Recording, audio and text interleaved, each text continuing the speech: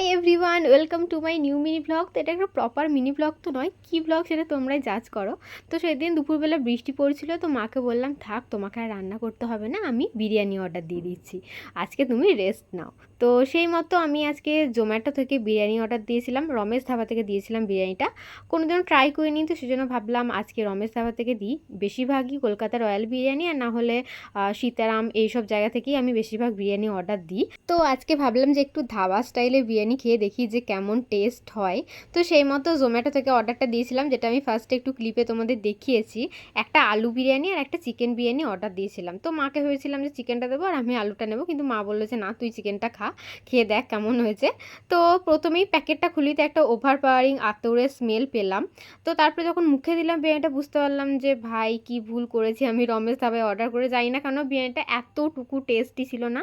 আর একদম পুরো মরুভূমির মতো শুকনো ছিল, মুখে একদম পুরো আটকে যাচ্ছিল। আমি আর মা কেউই খেতে পাইনি, মাও খেতে পায়নি, আমিও খেতে পাইনি। আর চিকেনের পিসটা দেখেই বুঝতে পারছো কতটা শুকনো। আমি এর আগে রমেশ ধাবায় রোল খেয়েছিলাম, দারুণ টেস্টি ছিল। তো আমার অনেকটা এক্সপেকটেশন ছিল যে এখানে নিশ্চয়ই ঝাল ঝাল একটা ভালো ফ্লেভারের বিরিয়ানি খাবো, কিন্তু কপালটাই খারাপ। যাই না, আমার কপাল খারাপ না, ওরা খারাপ বানায় প্রতিদিনই। যাই হোক, তারপরে আমি খেয়ে নিয়েছিলাম একটু স্প্রাইট, আর তারপরে চলে গেছিলাম গ্রামের বাড়ি। নেক্সট পার্টে আমি গ্রামের বাড়ি মিনি ব্লগটা শেয়ার করব।